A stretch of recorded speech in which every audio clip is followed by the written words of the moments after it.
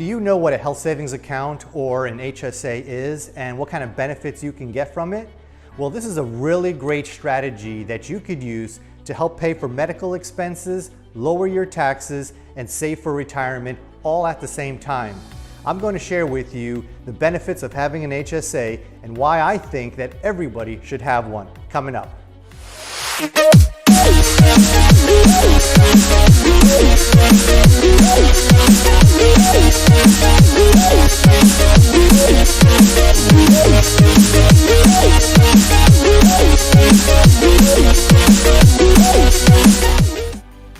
Hey everybody, it's Ali, the Finance Father, and welcome to my channel where you will learn all kinds of financial information that your father probably never taught you, like investing, making passive income, credit management, how to lower your taxes, and other personal finance strategies to help you financially live a better life.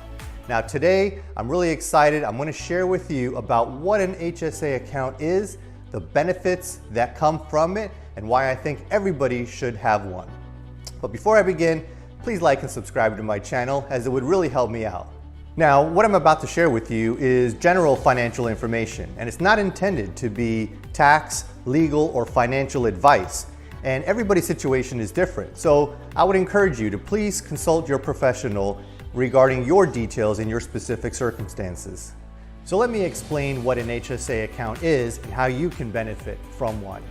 Well, an HSA is simply a program that is designed to give individuals and families tax savings when paying for medical costs. Now, medical payments or medical expenses can be paid for in either two ways. First is through after-tax money, or what your take-home pay is and that leftover money and you pay for medical expenses. Second is through pre-tax money that is taken out before you receive your take-home pay. So in either of these two methods, the money to pay for medical costs is still coming from you, but you might think, all right, so why is the pre-tax method with an HSA better?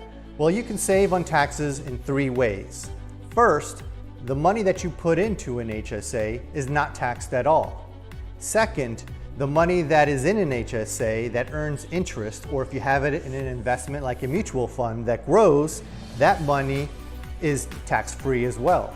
And third, when you take out that money from an HSA and you use it for qualified medical expenses, well, there is no tax on that money. So basically, no tax going in, no tax as it grows, and no tax as you take out that money. Now, let me give you an example. So say an individual is making $50,000 a year of income, okay? And they put aside $3,000 into an HSA account. Well, they're gonna save on taxes right away because their taxable income is really going to be $47,000. And that $3,000 is gonna be put away and not gonna be taxed at all. And as that money grows, it's not gonna be taxed. And then when they take out that $3,000 or little by little, depending on their medical situation, that money will not be taxed. So it's completely free.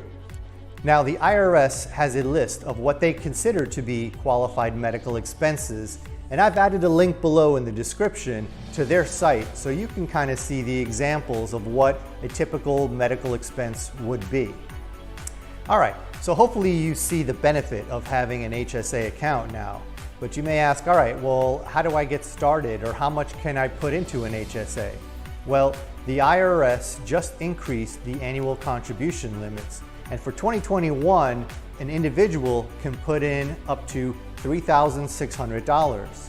For families that have family coverage, they can put in up to $7,200. Now, if you're age 55 and over, well, you can put in an additional $1,000 contribution as a catch-up because they know that you're reaching retirement age and you're going to have a lot more medical expenses and you don't have enough time or that much time to save for these medical expenses. Now keep in mind that these contribution limits include you and your employer's contribution. So for instance, if your employer puts in, say, $2,000 for their employees, for you, into an HSA account and you're an individual, well, remember the maximum limit is $3,600. So now the employer put in $2,000 and you can now put up to $1,600 into your account. So there are two ways you can fund an HSA. The easiest and most convenient method is through payroll deductions from your employer.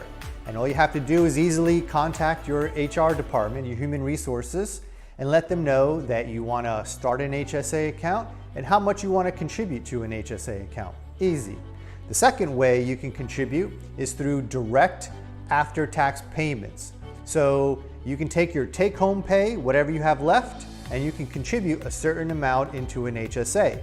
Now, since you didn't really get the tax savings initially, like the people that do the payroll deductions, you can now deduct that amount in your filings the following year. So it's going to lower your adjusted gross income back down to the $47,000 like in this example that I gave you earlier, and so you will get the tax savings at that point in time.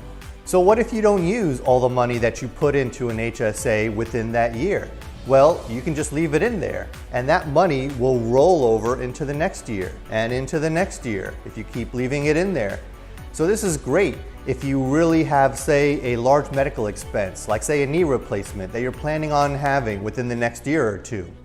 Well, you can put money into an HSA and let that money roll over a couple of years to build up that balance and let it grow, and then you can take it out for that large knee replacement or any large medical expense that you have. Even if you don't have a large medical expense that you're planning for in the next couple of years, you can just leave the funds in the HSA and let them grow so that you can use it for medical expenses maybe when you're in retirement. You could, like when you're in retirement, people can use it to help pay for Medicare premiums. So really, in essence, having an HSA is very similar to having a 401k or a personal IRA, whereby you can invest or at least put that money into an HSA, invest it and let it grow over time.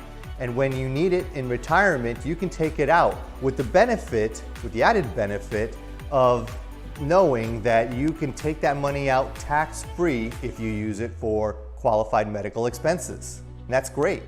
Now, if you properly invest this money, you could be earning 10% annually on that growth.